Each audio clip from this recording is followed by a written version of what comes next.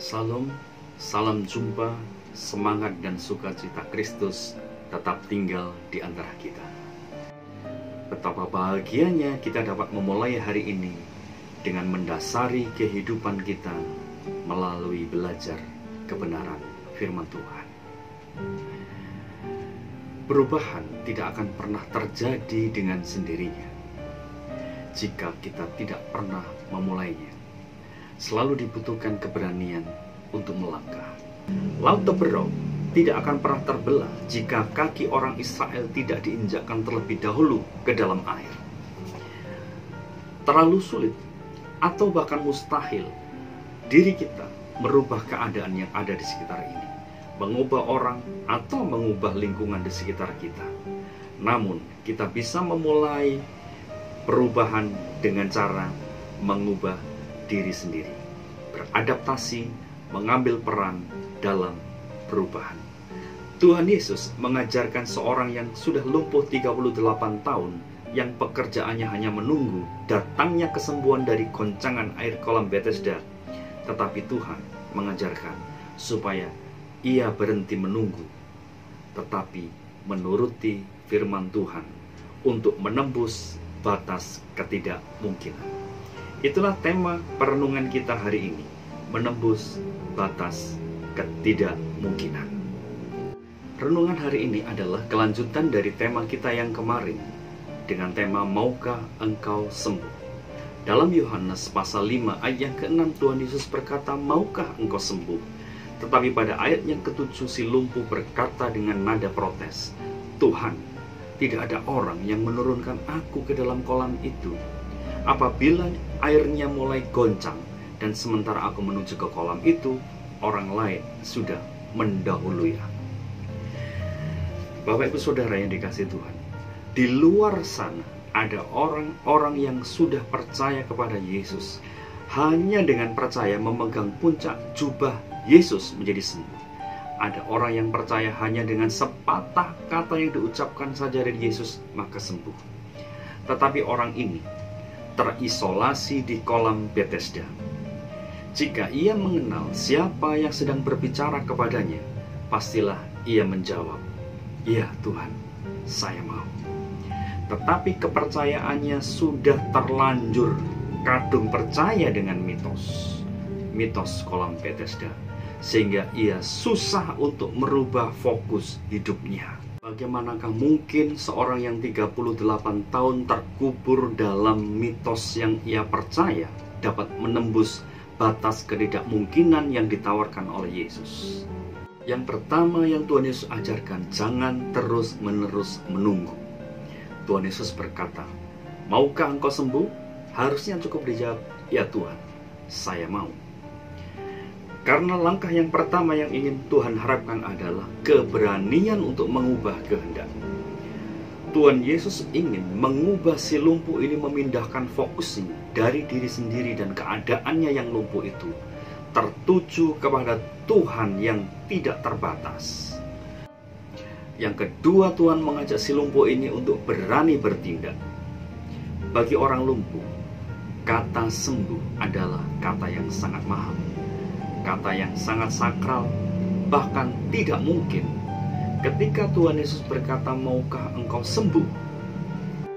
Apa jawab si lumpuh ketika Yesus berkata, maukah engkau sembuh?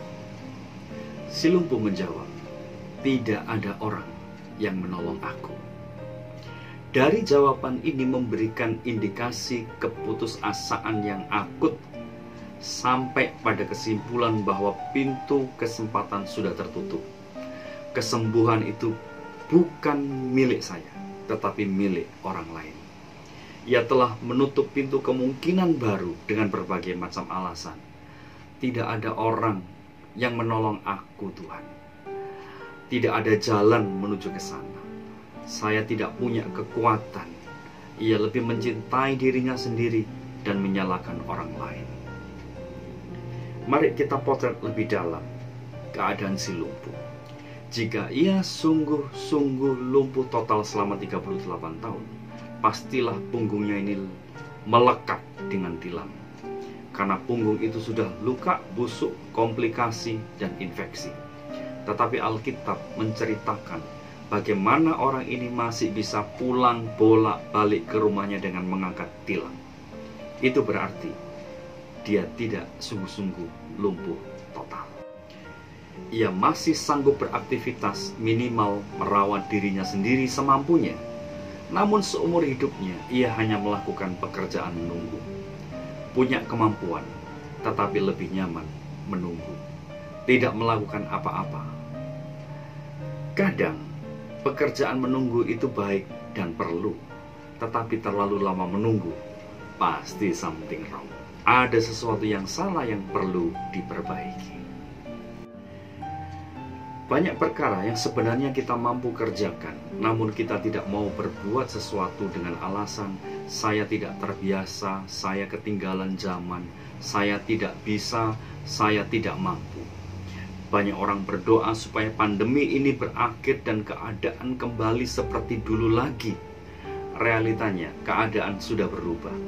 Kita harus menyesuaikan diri, kita harus mengubah diri.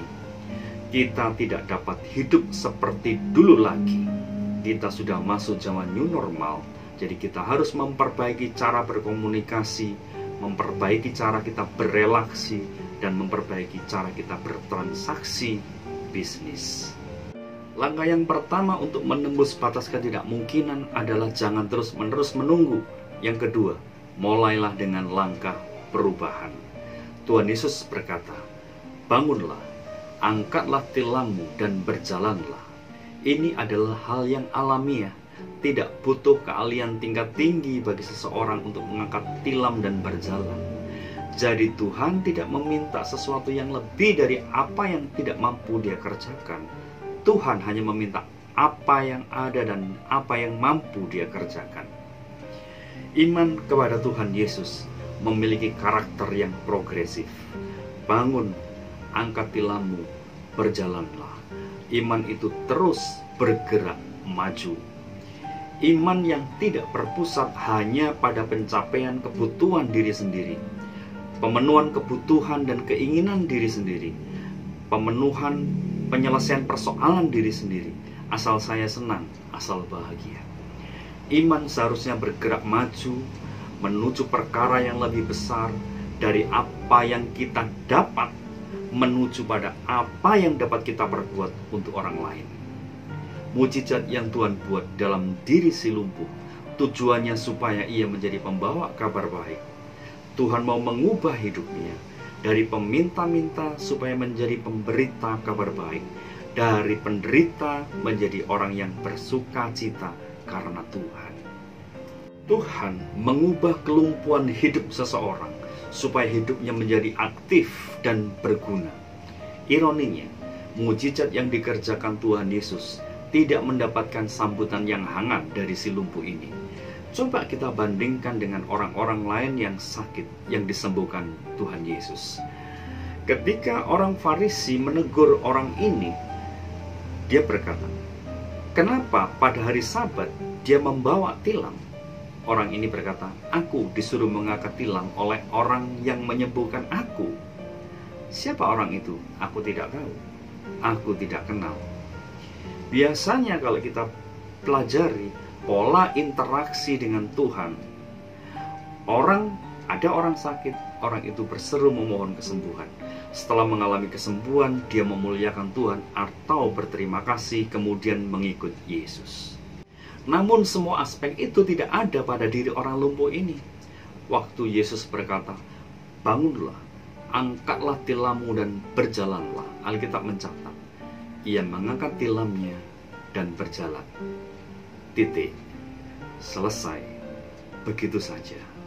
Tidak ada respon berterima kasih, tidak ada respon ucapan syukur, tidak ada respon memuliakan Tuhan. Bahkan sampai Tuhan Yesus menjumpainya 2 kali. Yang pertama di kolam Bethesda, yang kedua di bait Allah. Dalam Yohanes 5 ayat 14, Tuhan Yesus berkata, engkau telah sembuh. Jangan berbuat dosa lagi, supaya padamu jangan terjadi yang lebih buruk. Sepertinya pekerjaan mujizat yang Tuhan kerjakan belum selesai sampai di situ, sehingga Tuhan masih perlu melakukan tindakan pengejaran di bait Allah. Anugerah Tuhan adalah usaha Tuhan yang tidak pernah lelah.